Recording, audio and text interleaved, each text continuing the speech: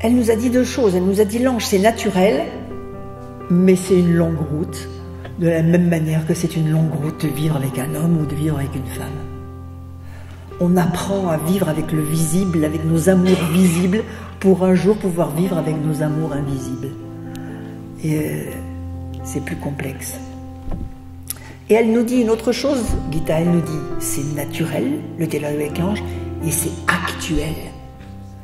Moi, j'ai mis du temps à comprendre ce que ça voulait dire actuel. Pourquoi actuel? Pourquoi maintenant plus que...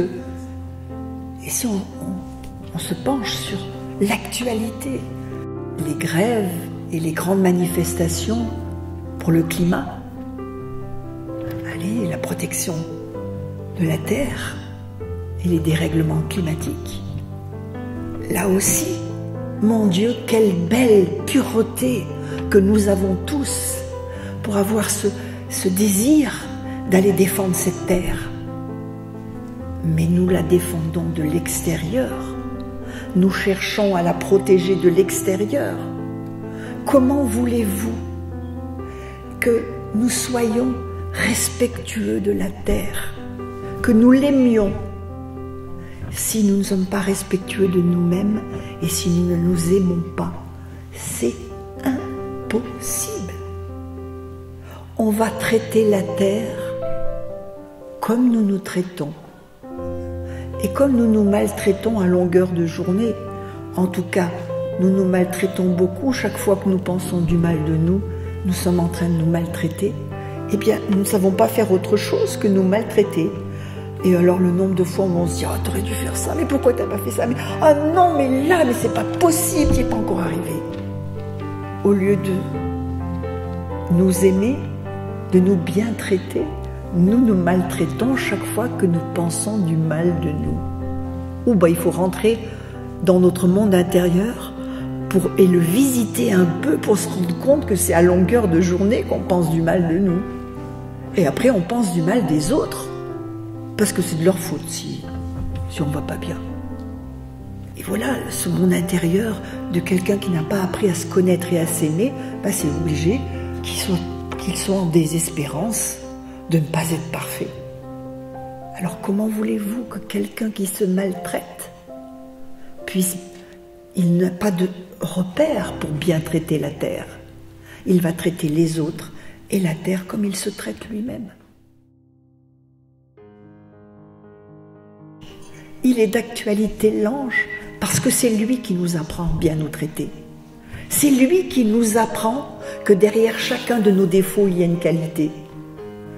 Que derrière chacune des petitesses, des misères que nous contenons chacun, notre part d'ombre, allez, derrière toutes nos parts d'ombre qu'on s'évertue à cacher, si on est transparent, il y a une part de lumière.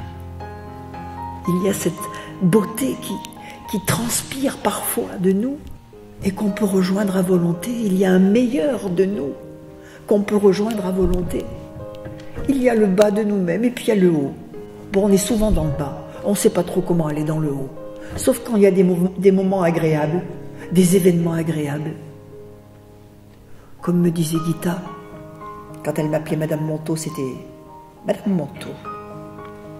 Donc, pourquoi êtes-vous heureuse quand les événements vont bien? Alors, quand elle me vous voyait, et Madame Monteau, ça c'était la remontrance. Alors, comment se fait-il que vous êtes heureuse quand les événements vont bien et que vous êtes malheureuse quand les événements ne se passent pas comme vous voudriez? Je dis pas quand même, c'est normal ça. Elle dit, parce que vous pensez que parfois Dieu vous aime et que parfois il vous aime pas. Alors voilà le rendez-vous que nous avons avec cette terre qui souffre, mais comme nous souffrons, et qu'il y a une logique, une route. D'abord s'aimer soi-même, alors on aimera nos proches, alors on aimera la terre. On ne peut pas aimer la terre si on n'aime pas le premier concerné, c'est nous. On vit avec nous à longueur de journée, sous le même toit, et on est des ennemis. Vous comprenez que le problème des gilets jaunes, le problème de tout ce qui se passe dans l'actualité, il est ça. L'homme cherche quelque chose, un truc à l'extérieur.